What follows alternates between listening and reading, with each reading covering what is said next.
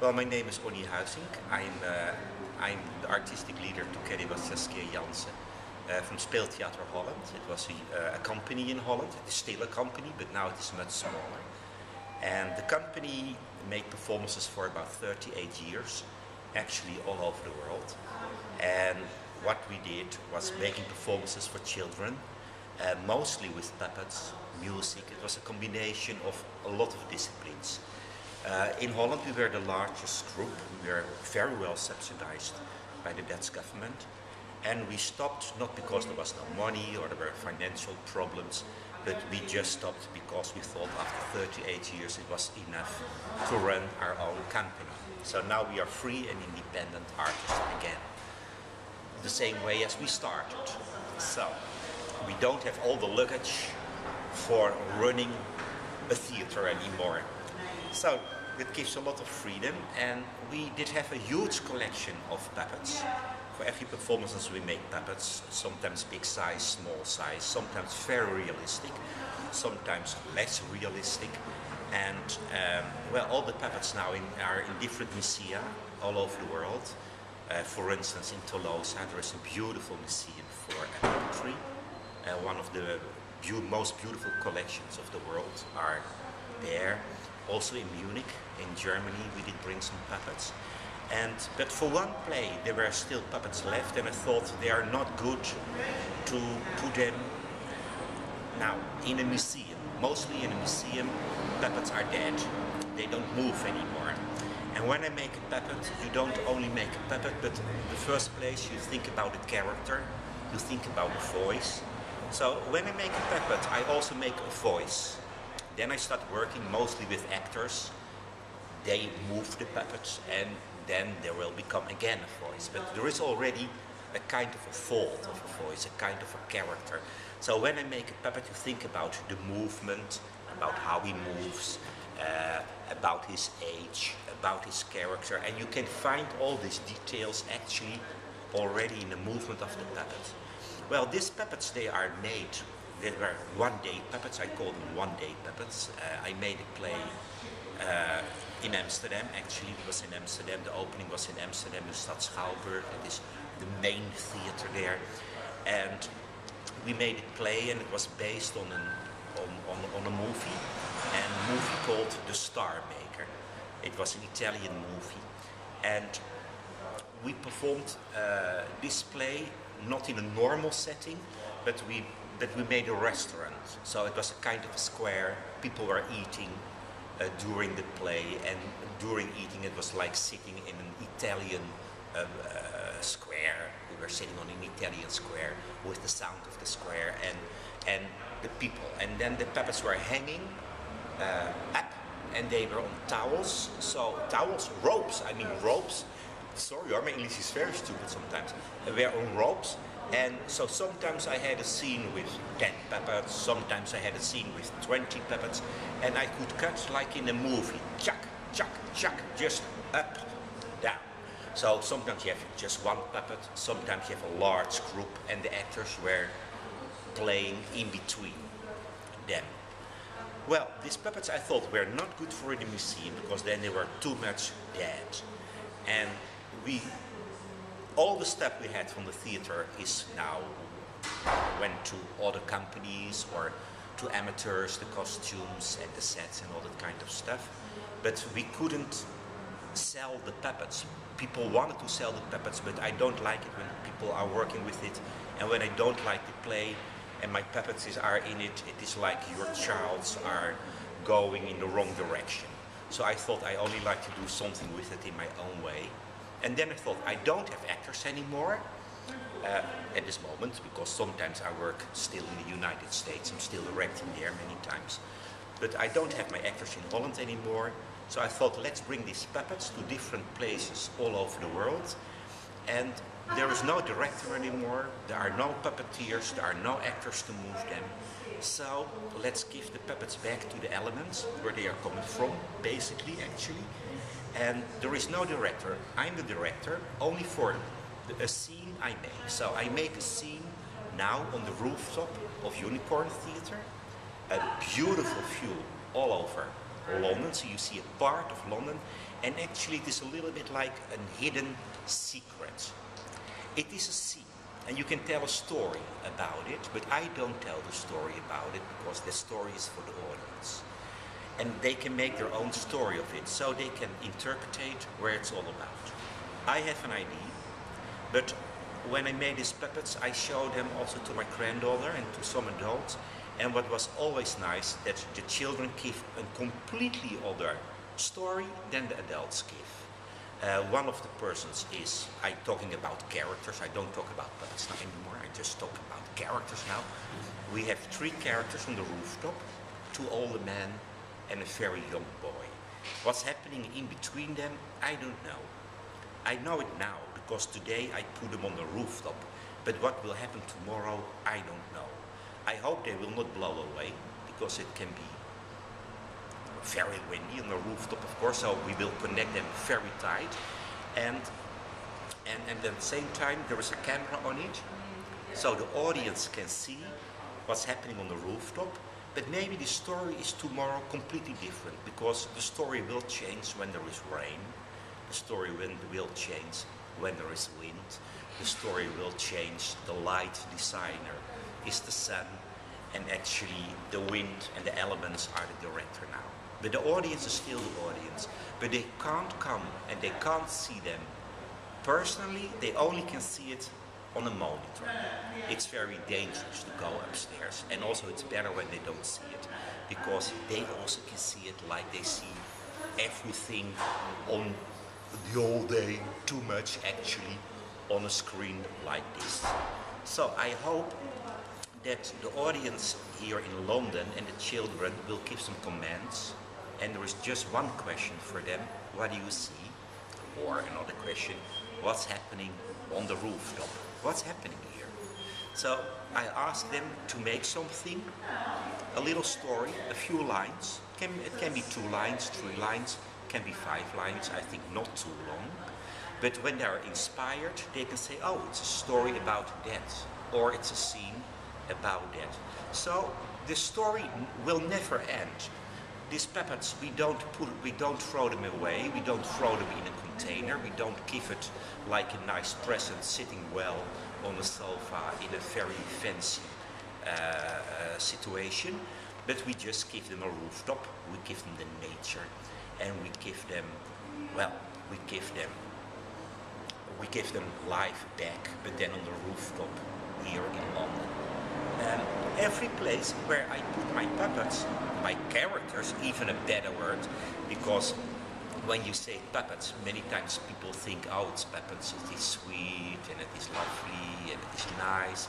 But when we were working with Speeltheater, everybody knew after a while that we were using puppets, but we were never talking about a puppet theater. We were always talking about Speeltheater Holland. Because then the people came. When we said it is about puppetry, then the age of the children who wanted to come changed things immediately. And I think that you can make beautiful performances with puppets for adults as well. But many times people still think puppets are only for sweet, sweet fairy tales. You can do that, but there is more than only sweet fairy tales, and I'm more interested in that actually. So on the rooftop here, people can make their own story of it, and the play will go on. It will stay here for a couple of years. It will not only stay here, because I had from this play, I think 30 puppets or something like that. I don't know exactly how much I made, but they are on different places now. For instance, they are in Tolosa, in Spain as well. And they are in, when you make the entrance to the museum, there is a corridor in the middle, and that's outside. And the audience, when they visit the museum, they always see the puppets hanging. It's the first thing they see before they go into the museum. There they registrate it everywhere in a different way. There they make a registration of it and making pictures of it, for instance. So after a couple of years we will have hundreds of pictures, and you can see how these puppets and these characters also will change. For instance, they were very clean when we did bring them there in Spain, but now I've heard it is very dirty there. So all the puppets became black, and also the shit of the doves is falling down on their heads, and the area was very sad. It was only stones, but now there are growing some plants in between the puppets, so that gives life. In Holland, there is a beautiful landscape in the area where I live. I live in the country outside Amsterdam. Flat, green, cows, canals, water, very, very, very Dutch. And we have them in that landscape. And there I asked very good, of course, only very good people where we are working with. But it was a very good man who is making beautiful cinema. And mostly he is following a couple of birds, for instance, for half a year or for a year. And now he is making a move with it. So when it's raining, when it's snowing, when the wind is blowing, when the wind is blowing, sometimes they are moving like this, and that's like they are flying. And also some things start getting, how to say that? They are sometimes they lose. For instance, there is a boy sitting in a tree there, and the boy is sitting in the tree, but he lost his legs, and his legs were connected on a branch, but he lost his legs in the wind. So now he's more like a bird, and he's flying in that tree. And there is one, let's say, a kind of a mother. I think it is a mother, but when you ask people what they see, they give a completely other interpretation. And the mother was looking like very stiff, very strong, very fat and strong lady, grounded on the Dutch grass. And this lady is now almost falling down, because it's also here, it's in the neck, and there is a rope in the neck. And I hope one of these weeks the rope will break. That means that she will fall down, and in front of her there is a canal. So maybe the story ends with that she is falling down in the canal and that she is going away. So that will be almost the end of that story, actually. So every place tells the story in a different way. Now, why in unicorn? I think London is one of the very important capitals of the world. I like London, and I have very, very good memories about this theater. We have performed here, I think, 5-6 years ago, with the play Pierrot, or The Mysteries of the Night, and it was so wonderful to work here, and I had very good memories about this place. So I thought it would be great when we can put something on the rooftop for the audience here. So it's now in Spain, it's now in Holland, it's now in London. I also did bring these puppets, for instance, to Seattle in the United States. That's also a place where I have directed, I think, about 10 performances or so. I work them mostly once a year. And so I have my audience there. I wanted to bring them back to there as well. And there is, the puppet is living actually in a family. And they said to me, I made the installation outside in the garden, a typical American house with a porch, and all these things around, and a beautiful garden. And then they said, well, is it okay when she's sitting in the sitting room sometimes, or can I take her with me when I'm gonna work in the garden? I said, it's okay, you can do with them. It's one lady and 2 boys there, actually.